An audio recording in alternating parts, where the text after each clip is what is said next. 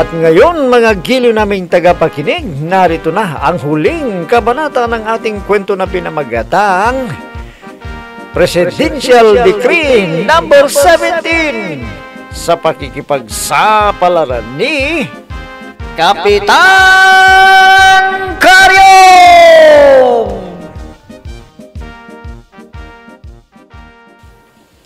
Are, Adong, walang nagawa si Karyong, ayaw maniwala mga mayayamang magsasaka. Ha, sa akin lang sila naniniwala, pare. Oo nga, pare. Pare Asyo nga, lasing na ako. Uuwi na ako. Sige, mag-ingat ka, pare, ha? Sige. Papatayin ko kayong lahat dito! Papatayin ko kayo! Nako. Pare, si Baldo nila, basag uliro lasinggiro. May dalang baril pa. Sasalakayin tayo, pare. Nako, takbo na, pare. Takbo na. Pare, daw! Huwag mo kong iwan, pare! Go! Papatayin kita! Papatayin kita! Nilalapitan niya na ako. Tatakbo na rin ako. Hindi mo ko matatakasan! Papatayin kita! Papatayin kita! Pinapuntukan niya ako ng daples. Naku, hinahabol pa niya ako. Delikado. Mabilis siyang tumatakbo. Hindi ka makakalaya! Kapag inabutan kita, iuubos ko ang bala ng balil ko sa'yo! Sige! Naka, papatayin talaga niya ako. Hindi. Saklolo! Hinahabol ako ni Baldo! Nalasinggiro! Saklolo!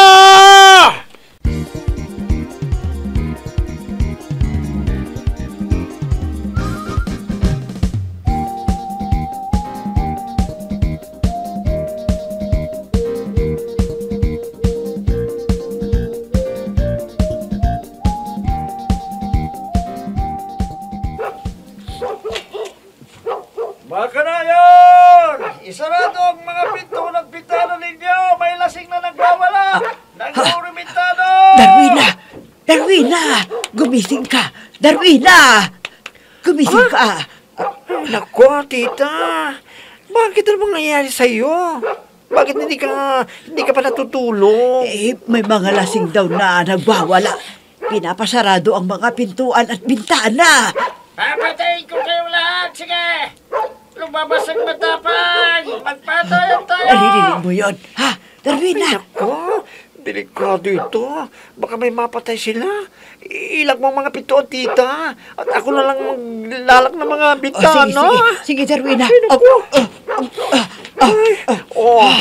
naku, ano ba ito? Malaking problema. Ang mga lasinggero na yan, nagwawala na sila. Naku, kasalanan nito ni Kagawa Dasyong. Kasalanan niya na ito.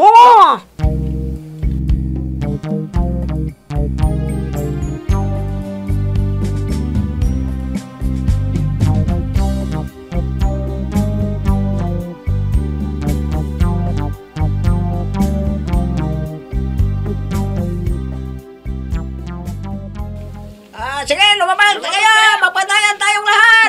Magpapatayan tayo! Pare, baka maabot tayo dito. Umakyat ka pa. Baka makita tayo. Busog ka pa. Sige na. Kuha na, pare. Nasa dulo na nga ako eh.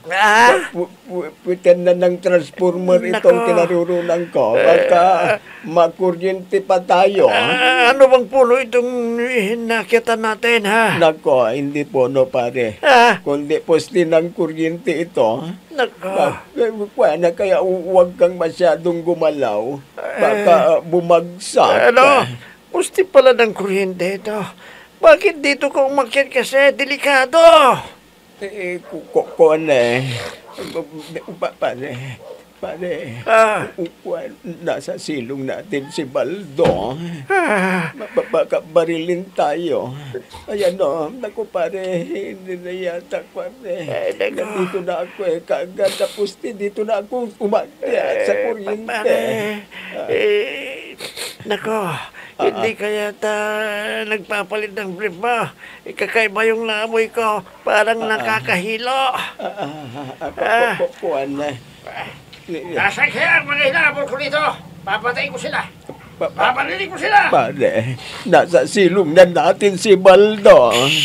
Ay, nako, huwag kang maingay, pare.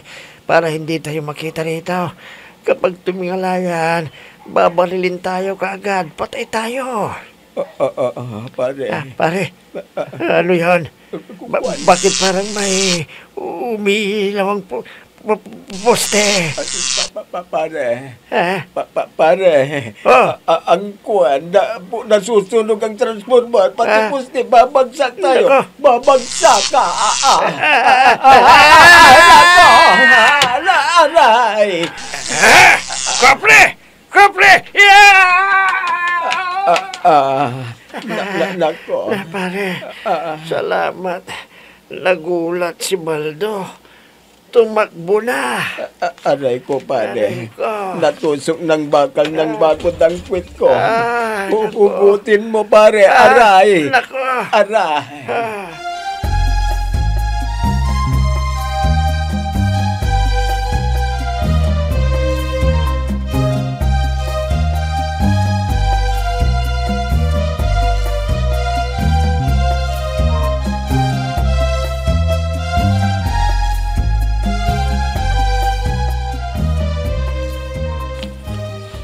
Ano ka mo, Pineng? May naguramintadong mga lasing kagabi. Opo, Kap. At tinabol pala sina Kagawad Asyong at Kagawad Adong. Umakyat sila sa poste ng kuryente. Ayun, nasunog ang transformer at poste kaya nabali. Kaya pala nag-brown out. Buti na lang sa kanila. Buti na yan.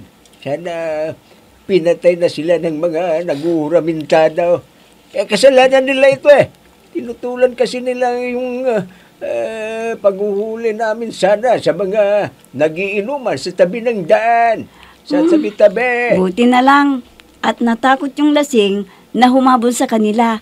Nang bumagsak yung poste na inakitan nila. Dahil ang alam daw ni Baldo, ikapre sila. Kaya tumakbo papalayo. Buti nga yan sa kanila. Sana nasunog din sila matuluyan na silang patayin ng lasing. Kumusta pala yung plano niyong kausapin ang mga mayayamang magsasaka na nagbibilad ng mais at palay sa kalsada, Kap? Nako, isa pang problema yan, Pineng. Naresolve na sana yan kung hindi sa kalukuhan ng dalawang kagawad na yun Pero pagsisisiyan nila ang kanilang ginawa nila. Kapag nagdagumpay kami sa plano namin, pagsisisiyan nila kung bakit mas pinaniwalaan nila ang Adong at Asyong na yun kaysa sa akin. Kaya humanda sila. Malapit nang mapuno ang salop. Kaya kailangan ng kalusan.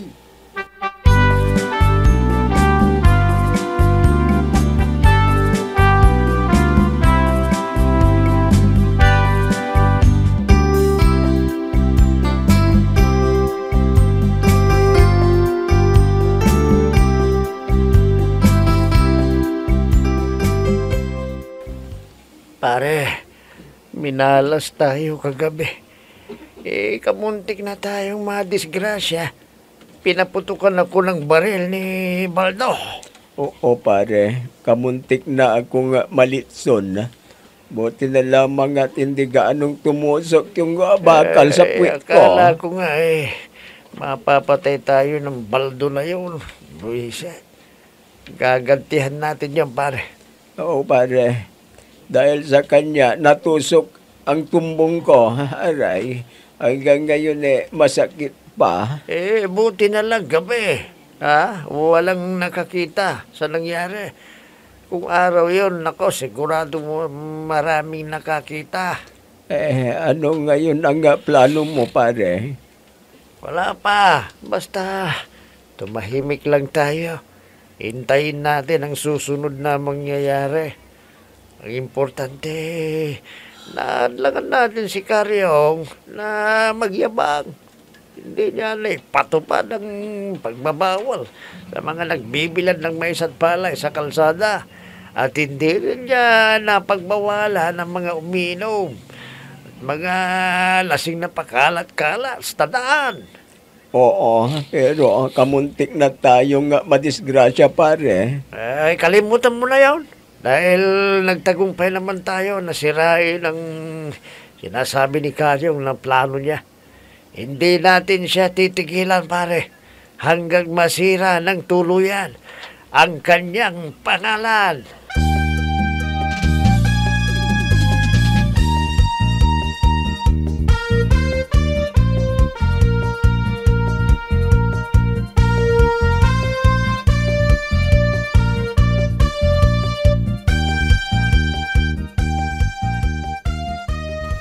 Kagawad Gusting, kumusta na yung pagbabaw ninyo sa mga magsasaka na magbilad ng palay at mais sa kalsada? Hindi na namin sila kakausapin. At hihintayin na lang yung paraan na naisip ni Ambring. Ha? Ano ba yung paraan na naisipan ni Ambring? Hindi ko pa pwedeng sabihin sa iyo, Pining. Dahil baka may makarinig. Dahil para mang maritis dito sa atin. Mas masahol pa sila sa CCTV. Ha? Ganun ba? Sige. Hihintayin ko na lang kung anong mangyayari. Pining.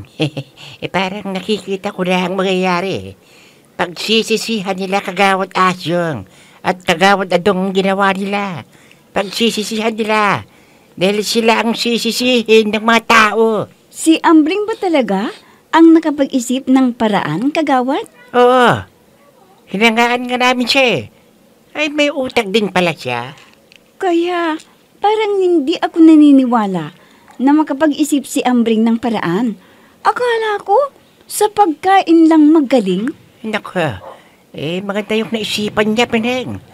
At malalaman mo na lamang kung ano yun pagkatapos ng gagawin namin. Sige, Kagawad. Aabangan ko na lang ang susunod na kabanata.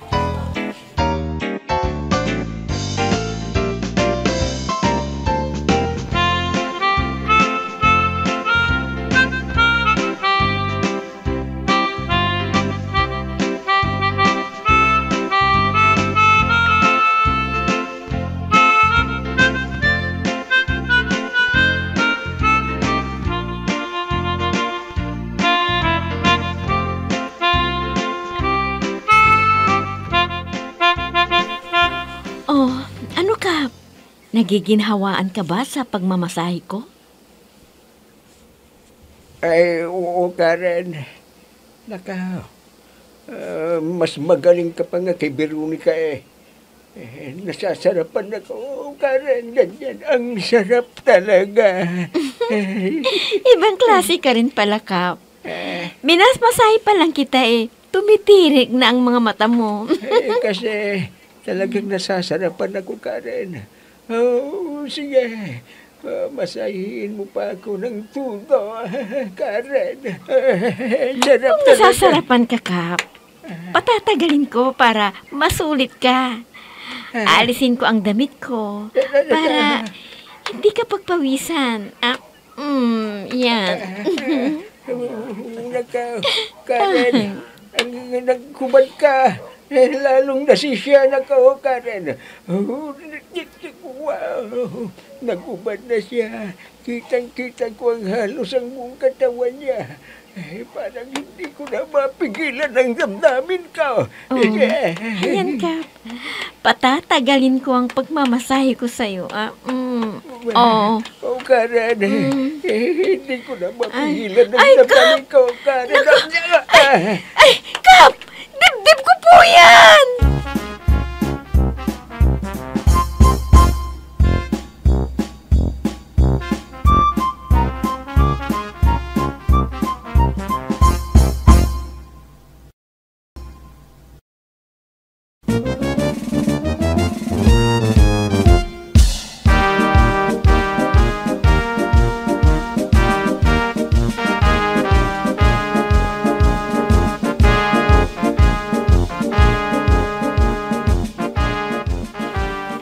Kagawad Gusting, nandito na yung ibang mayayamang magsasaka kasama ang president nilang si Dandoy Santissima.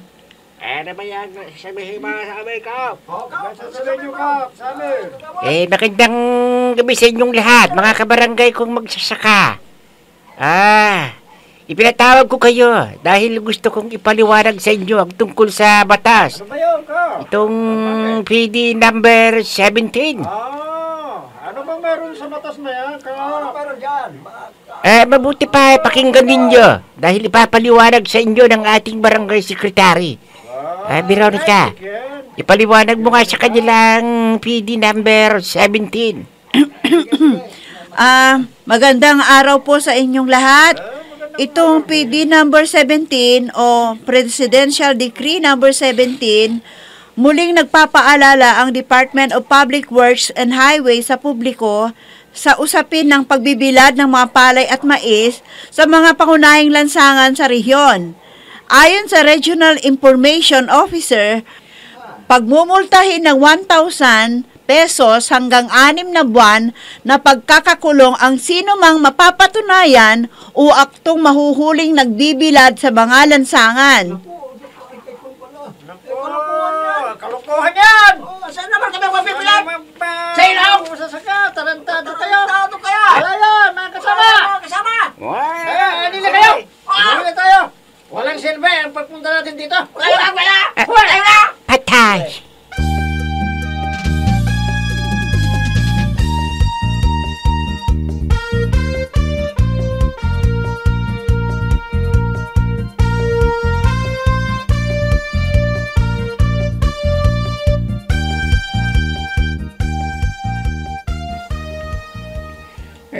Karen, pinaligaya mo ako.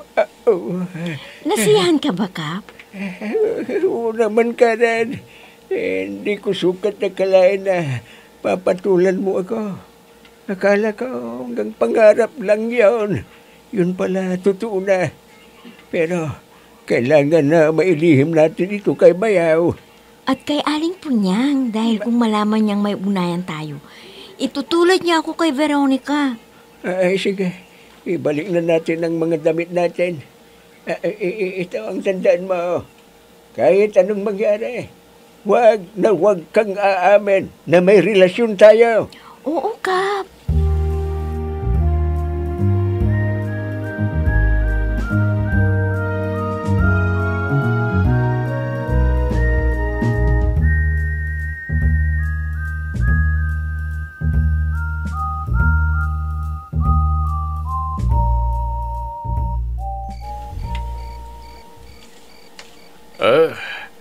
Sila Bayaw at Karin yung lumabas sa barangay hula.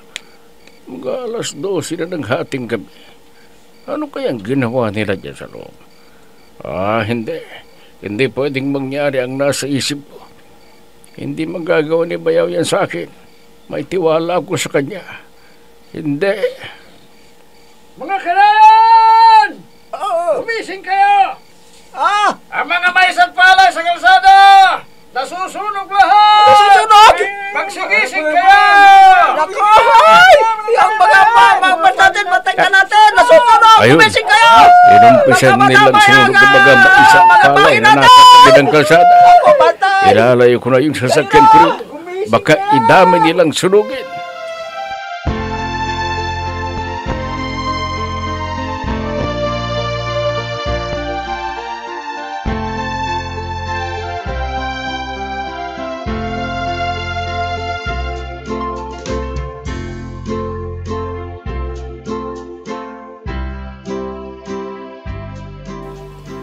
Sinong nanunog ng mga mais at palay natin?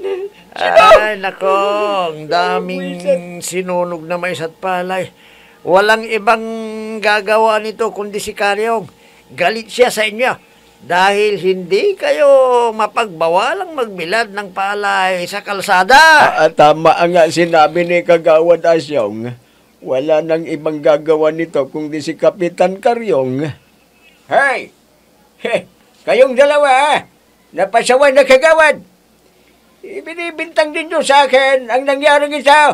Nandito na pala si Kapitan. Nandito na siya. Bakit? Hindi ba ikaw ang galit sa kanila dahil nagbibilad sila ng palay at mais sa kalsada at gusto mong pagbawalan silang magpatuyo ng kanilang mga inaaling produkto? Oo, totoo yan. Pero, hinadlangan mo. Kaya, hinayaan ko na lang. Pero pati yung mga pagbabawal namin sa mga nagkalat na mga lasing, hinadlangan ninyo rin. Ngayon, may mga lasing na pinagtripan na sunugan ng mga yan. Tapos ibibintang ninyo sa akin. Mali kayo. Kung hindi nyo sana ako may hinadlangan sa mga plano ko, hindi mangyayari ito. Kaya walang ibang sisihin, kundi kayong dalawa. Lalo ka na Kagawad Asyong. Kaya mga kabarangay, kabarangay ko, na nasunugan ng mga binilad ninyong mais at palay, sila ang sisihin ninyo at hindi ako. Kasalanan nyo ito, Kagawad Asyong, Kagawad Adong. Alam namin na wala kayong ibabayad sa mga nasunog na produkto na sa amin. Kaya bubugin na lang namin kayong dalawa. Bubugin namin kayo. Wag nung gawin yan. Magkakakampi tayo. Huwag naman. Wag ninyo akong idamay. Si Asyong lang ang bubugin ninyo at wala akong kinalaman dyan. Aray ko, anak ko. Kapa. Aray ko, tinaman na nila ako. Aray ko, tama na, aray. Anong boyfriend ang mukha mo? Buti nga sa'yo. Wala akong friend, naganyan sa'yo. Pigilan mo sila. Buti nga sa'yo. Aray ko. Wala nang hadlang sa mga plano ko. Sige, patayin na ninyo! Patayin na ninyo sila!